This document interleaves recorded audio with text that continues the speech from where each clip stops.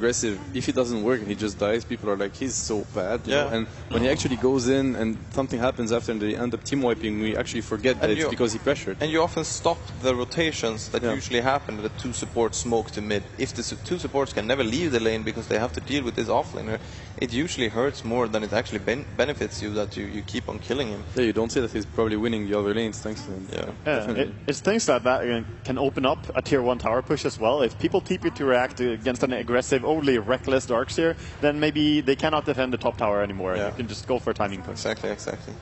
Other than that, I can come with my Gyrocopter is a good hero, I've noticed here at TI. A little bit.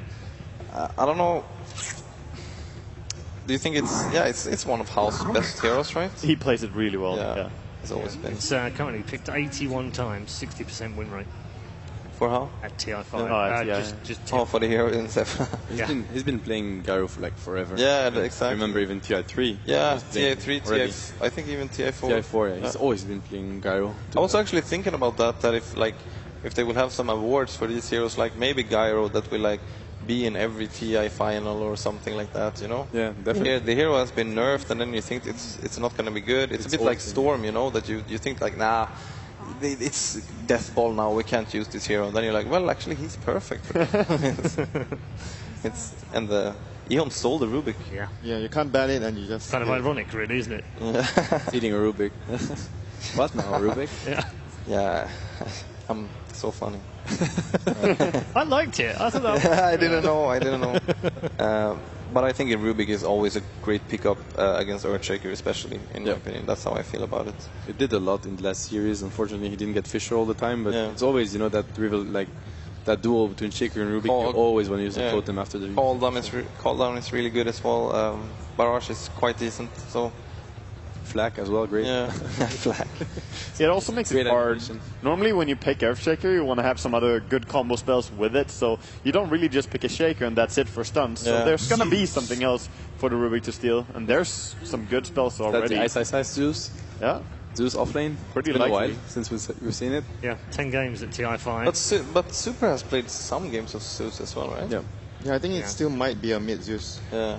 It doesn't really mean that it's going to be offlane. I do want to point out, though, that of the 10 games, there's only been 2 wins on Zeus. Yeah, I was going to say, that hero has very so win ratio. But, I mean, at the same time, I kind of understand what it looks like Vichy Gaming. They just want to fight. They want to be able to fight Ehome.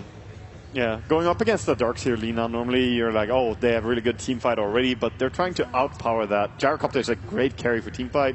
Shaker, Zeus, now they have all the damage, AoE damage particularly. So 5v5 is fine, but they still need the hero to initiate the fight, I feel. Unless Shaker can. And I would be surprised if they don't get any more late game potential. I guess that Vichy might be one of those teams that do a lot of one core, but where I see like teams like CDEC and LGD, they usually do this duo core where like the cores can fight, but they also have this super late game potential that is like, okay, if this game goes to 60 minutes, we're not gonna lose if we just don't get too destroyed. That's very typical for Ehome as well. They always have, you know, the fallback. In this game already, they have the Darkseer wall, they have Luna, so, you know, that game is looking very safe for them, no reason to panic. And that's a pretty good feeling to have going into it. Luna and Gyro are quite even, I guess, in care potential. Gyro might be a bit stronger. I think Luna is like a weaker version of Gyro. It's like replacement. You have a longer cooldown. Yeah, you're probably correct there, that they're similar, but... In a way, it's a little bit better for pushing in general, but like the Luna Darkseer in late game is quite scary to face, though. Really, Luna and Darkseer in late game. Yeah, but that's what I mean. But it's hard to decide because Gyro has the potential of doing this insane damage with Divine, whatever.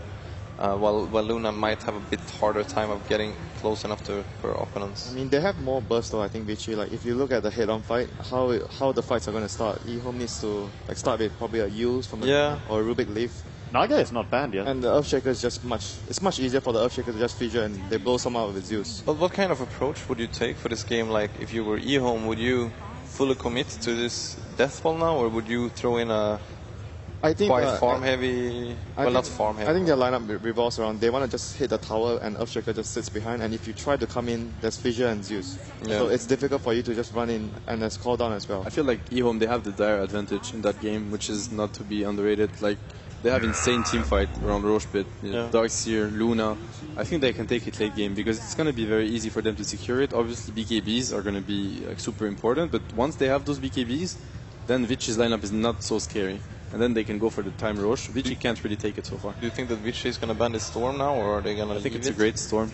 I think they're like baiting it. Maybe they're like scaring them with the Disruptor, but I think it's a very good Storm game. Yeah, I was thinking the same thing, that like Vici might be leaving the Storm because they feel that they are already ready to deal with it, but I would be scared about it. I wouldn't want to play Streetwise Storm. I would have banned it. But TA, I think that both TA and Storm actually look very, very good here, right? That was what I was thinking as well. The TA pick looks pretty good here. I always look out for that, dude. All right. Okay. No, I think it's Storm is playable, as you guys say, even if Disruptor is good against him. But Naga Siren not being banned out this late into the game. Well, that is interesting. So it's going to be a Lina mid most likely. Yeah, definitely. I mean, that would change a lot of the things. Now eHome has total control of when to take the team fights. That's actually really strong. Like, I feel like they can just song and go into the wall. It's going to be almost impossible to contest Roche for Vici Gaming if they go there with 5. It's such a hard lineup to fight into.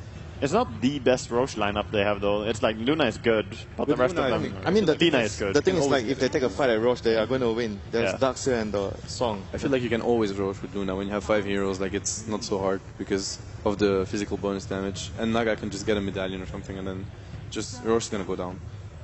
I just feel like the laning phase is going to be very important for eHome, though. Like, sure, they're very strong in the Roche fight, but... Oh, interesting. Pugna. Super Pugna as well. Yeah. This is a bit weird. So it is Dice Zeus. All right, thank you very much, gentlemen, for taking us through the draft. Let's head down to the arena where Odie, Pixel and Synderen are waiting to bring you the first game.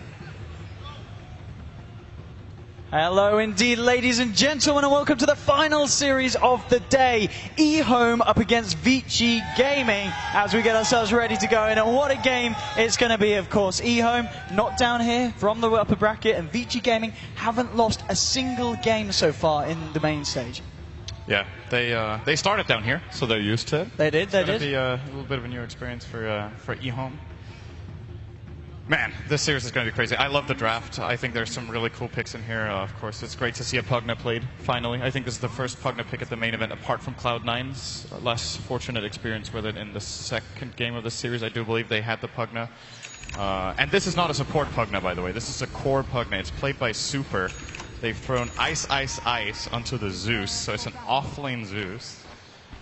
Yeah, I mean, what more do you want? And Gyro got through. Yes. Can you believe it? How good is Gyro? I mean... Indeed, eHome. But I like the fact as well, of course, we saw in the draft, eHome this time. They've got the Rubik, so we'll see, of course, what good old DDC will be able to do with that, and maybe show FY a thing or two. We'll see what goes down. But yeah, as you said, it's interesting to see the Pugna. I mean, talking to a lot of kind of the teams beforehand, a lot of them were saying, you're going to see a lot of Pugna this tournament, and we haven't really. I mean, why do you feel this is the game that Vici think that the core Pugna is going to do it for them? There's a lot of really high mana cost spells in the Dire.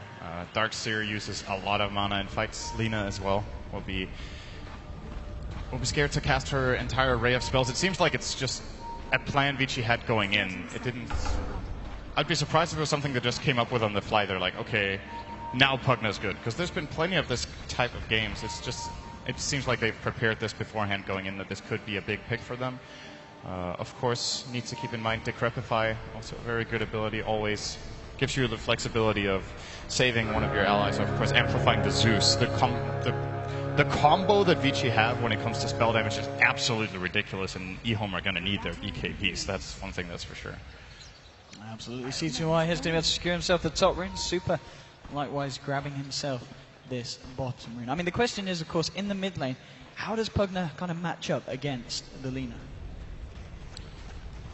I think it's a pretty even lane. I guess I'll give a slight edge to Lina. She has a little bit better base damage, a little bit better range. Pugna has the superior movement speed though, so if it comes to ganks, can perhaps escape potential rotations a little bit better. And both of them have good spells to clear waves with. They're pretty mana efficient, both of them. Netherblast costs 85 for 100 damage. Top lane, I mean, Ice getting brought back here by the telekinesis, and well, Yang and DDC gonna give him the old chase down. He's going to be okay for the time being, but this has got to be a bit of a tricky lane here for the Zeus. I mean, Zeus off lane, not something that we've seen in quite a long time. No, it seems like they just wanted to throw eHome off. Like, eHome were definitely expecting a Zeus mid for Super. It's something Vici played earlier in the tournament. And this was not what they were thinking was going to happen when they saw the Zeus pick, but they've adapted to it pretty well. Ice yet to get his first experience point. He should be getting it relatively soon here, but he needs to be careful with DDC. He's really forcing him out of lane right now. And at the same time, Ice is able to find the XP for level 2, I'm sure. Both DDC and the Luna will already have it. Mid lane, CTY coming in. As training hits with Super, will find the large stroke array. Hasn't got the mana to follow it up though. So far in the mid lane, 5 for 2, 5 for 2. So both heroes getting pretty much an even amount of farm here in this mid lane. Yeah, as mentioned, this is probably how it's going to play out until we get the first rotation. But looks like Fenrir is going to put down a fissure here. I think CTY can get around this. No, he actually can't. He's going to have to run through the river. They might even try to go for this one with the crap. They're slowing him down, moving in. Ice is actually rotated around as well to see if he can help out the team. Chasing down CTY, find the light strike ray onto Super, but they're going to continue to go for it here. One more zap will do it. And the rotation from the off-lane Zeus there, securing VG first blood. What a fantastic fissure that was. CTY did not see that coming at all. Gets blocked off. And there's the superior movement speed, actually. It came into play. Super was able to catch up as the, I believe, 25 higher. Yep. And gets the Decrepify, which was changed. It's a 3.5 second duration on all levels, which in my opinion was a pretty big buff to Pugna for situations like this. And Zeus with the rotation, Ice. I think, again, those were his first experience points. He's still level 1. But if you can't get it done in the top lane, you can go gank mid with your level 1 Zeus, I guess. He was needed too. Like, that's the crazy thing. Yeah, it's that they predicted they could get away with it. It was incredible. I mean, that is the thing as well. The fact that you're running this off-lane Zeus, if he doesn't find anything from the off-lane, what is the backup plan for Ice? How does he keep himself in the game? The moment he gets level 2, he can technically jungle.